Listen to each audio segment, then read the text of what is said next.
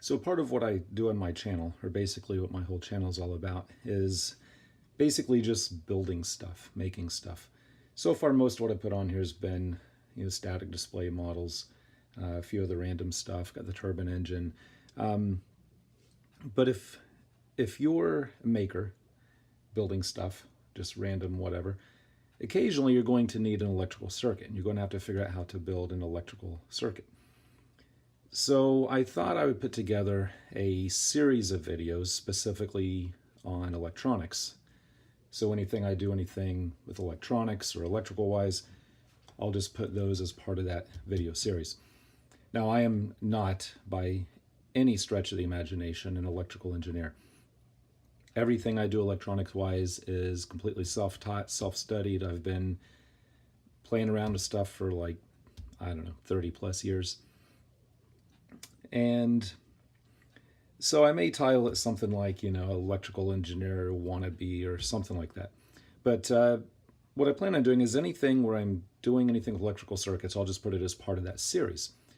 And the goal of that, the plan is to help out anybody else who's getting into electronics or just starting with electronics, or is kind of amateur electronics and they need a little help figuring out a circuit or something like that. So, I'll have videos on designing and building logic circuits. Maybe I'll put some videos out on the way I solder parts or design circuits or build circuits.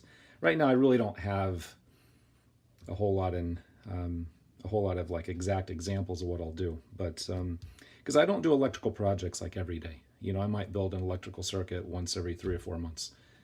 And so this first one I'm going to do, the first one I'll do here is basically just discussing when you're designing a circuit, deciding if you should use a microprocessor, such as a basic stamp or an Arduino or a propeller chip or whatever. There's several microprocessors available.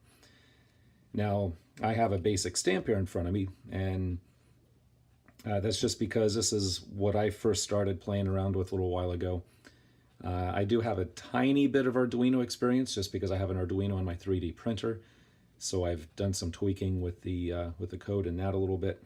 But I'm a little better with basic stamp programming. So typically when I choose a microprocessor, I typically go with the basic stamp. So again, when you're designing a circuit, deciding on if you want to use a microprocessor or just basic off-the-shelf components. And when I say off-the-shelf components, I'm talking about something like this, for example. When Radio Shack was closing, I went through and I picked up about 3 or 4 of these. And it's basically just a kit, a sample kit of various ICs. And this particular one has, if you look in the back here, we have some AND gates and NOR gates and inverters, OR gates. So it says right here, quad NANDs, quad NORs, hex, AND gates and OR gates. And I'll do another video on logic gates. Not now, but maybe my next video, I'll talk about what the logic gates are and how to use them. And actually, I have a circuit board I made several years ago that uses logic gates. And maybe that'll be my next one, is discussing how they work, what they are, and how to design a circuit with it. And obviously, there's way more than just that. I'm just using these as an example. So anyways, you need to decide if you want to use basic off-the-shelf components or a microprocessor or a combination of each. It all depends on what your circuit is. And there's various reasons as far as why you would choose one or the other. I'll use an example of the last circuit I made, and that was the circuit board used to control all of the lighting on the 3D printed Falcon 2000 Easy. That was actually the very first video I published on YouTube. So if you haven't seen that yet, I'll put a link for it at the end of this one. Go check that one out so you can see how that circuit works a little bit better. And that one was actually a combination of some other components plus a microprocessor. So we'll talk about why I chose a microprocessor for that, because microprocessor wasn't my first choice. So let's just take a quick look at that circuit and why I chose it. And I'll talk about this in the processor a little bit more later. So for that circuit, he wanted, my client wanted the lights to work. And as far as the lights on the aircraft, we have what's called navigation lights. For the navigation lights, we have a red LED, we have a green LED, and a white LED. And these are either going to be just on or off. Okay. We also have strobe lights. For strobe lights, we have 3 white LEDs. Those will all be white LEDs. And those have to strobe. So they'll pulse on and off and on and off. Now, so far, I could do all of this with just off-the-shelf components. I mean, just turning lights on or off, I mean, that's easy. Just run that through a switch, current limiting resistors, you're good to go. I think we can all agree that the use of a microprocessor just to do that would be kind of silly. But when we get to the strobe lights, yeah, you could use a microprocessor for that, because you could very easily write the code in a processor to tell it how quick the flash should be and how long it should be between the flashes. But you could also use a 555 timer for that. And again, if you're not familiar with what a 555 timer is, I'm not going to get into all of that now. Maybe I'll do another video on that later. But basically, a 555 timer is a programmable IC that you can depending on the external components, you can tell it to do pulses like this, or single pulses. Again, there's countless projects for the 555. So anyways, but I could use a 555 for that. Now, he also wanted the rotating beacons. On the aircraft, there are 2 red beacons, so I have 2 red LEDs. Now, the beacons, I wanted those to, when you turn them off, slowly ramp up to full bright and then dim back down, and then ramp up to full bright and dim back down. Again, I could use off-the-shelf components for that. I could use a 555 timer to turn them on and off and run the output through a resistor capacitor timing circuit. So it slowly builds up and slowly fades down.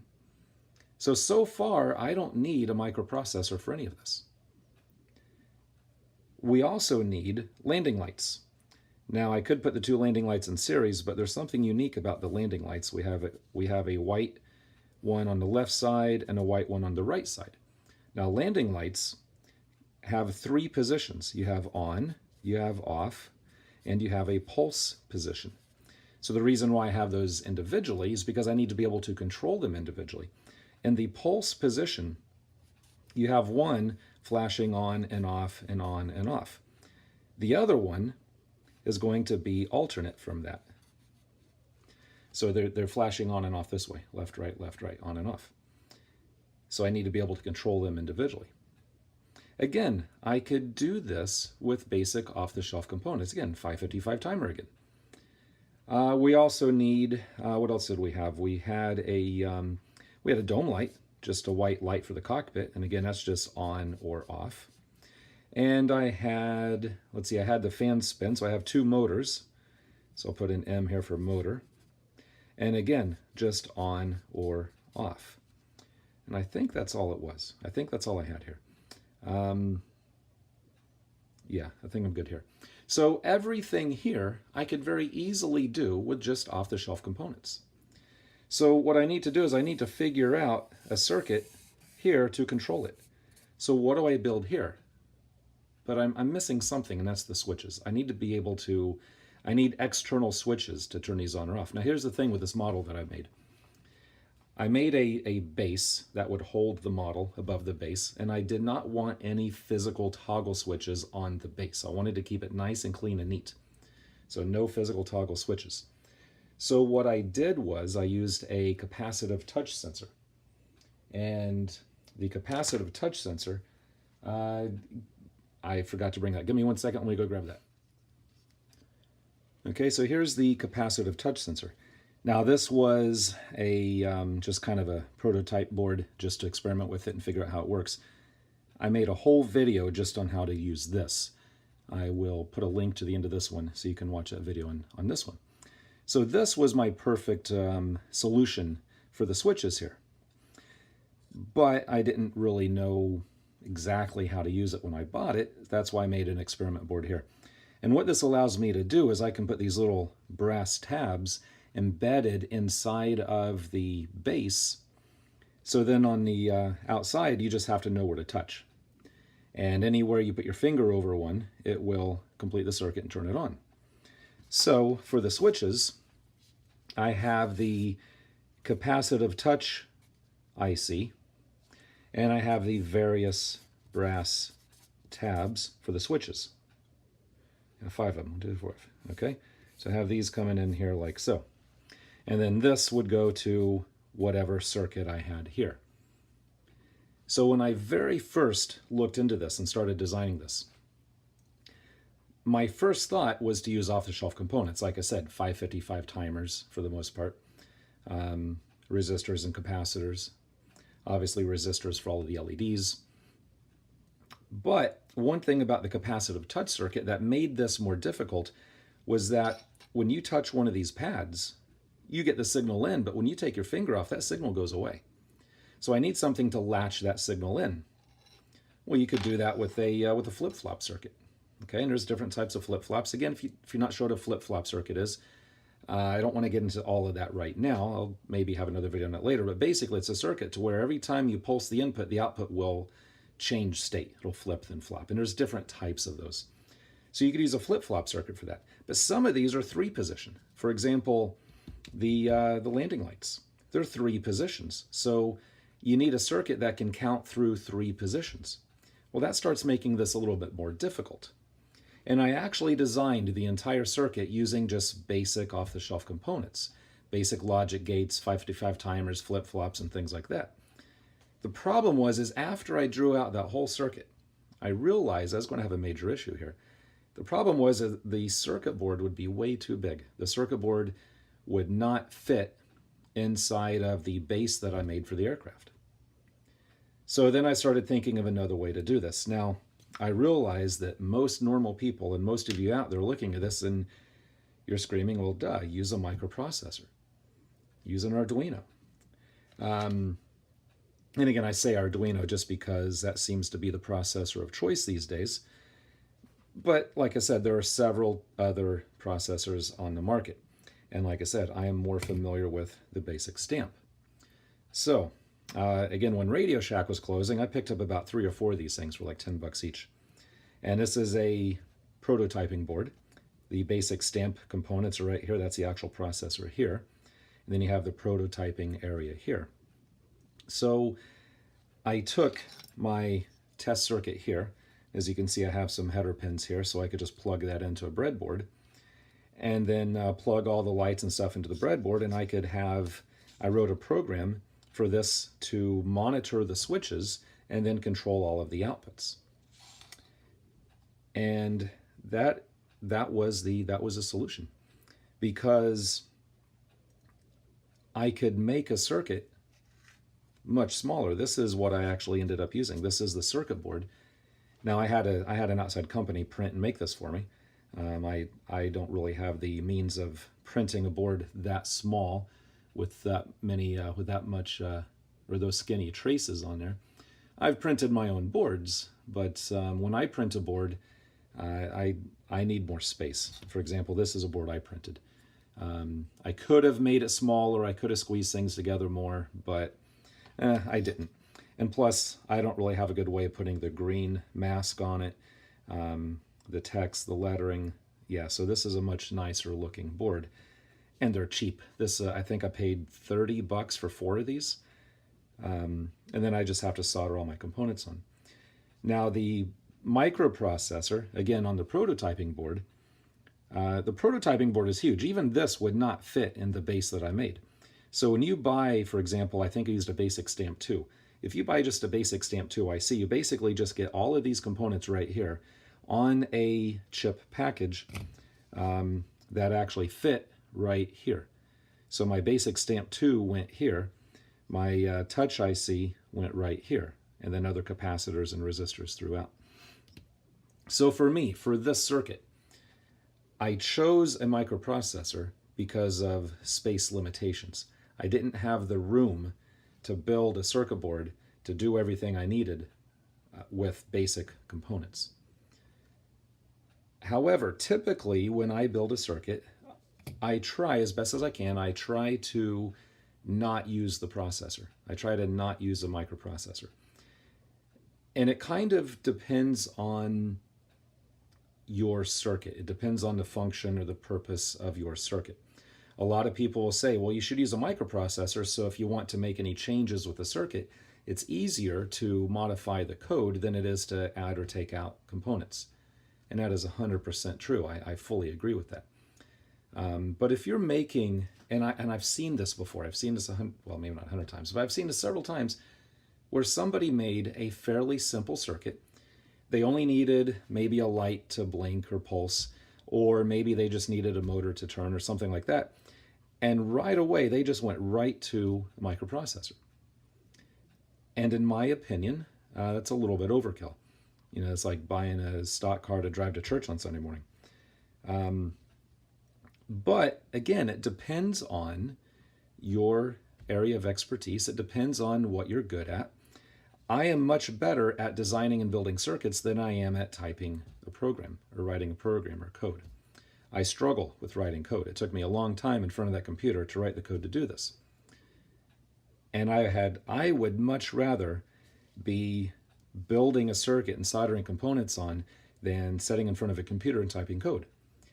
If you prefer sitting in front of a computer versus building circuits, then that's on you.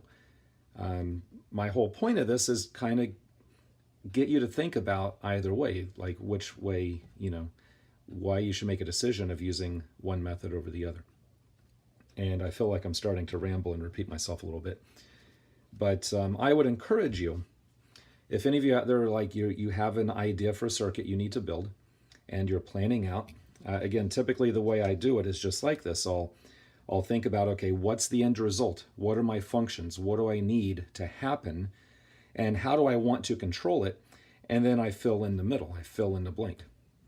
And sometimes a microprocessor is your best choice. Sometimes you could just use a 555 timer and a few other components. And like I said, it's just, I would encourage you to try to design a circuit before you just jump into using a microprocessor. In my opinion, designing a circuit from scratch instead of using this is more rewarding. But again, I'm not trying to tell you what to do. I'm just trying to give you a few things to think about. Now, with this, I had this other board that I showed you. This is a programming board. So the basic stamp 2 plugged into here. I plug that into my computer, put the code to it, then I can pop it out of here and then put it in here. So that's what this is for. Okay, so this is just for prototyping and testing, but to incorporate it into your circuit, you get the actual just basic stamp, put that into your circuit. You wouldn't want to put this into your circuit because, you know, wire could get knocked loose, plus it's big. I mean, the things, it would take up a ton of space in your project. And, you know, this is meant for prototyping and testing. This isn't really meant to be part of your final product, which I've seen people do that before. Anyways, so I'm going to end this one here.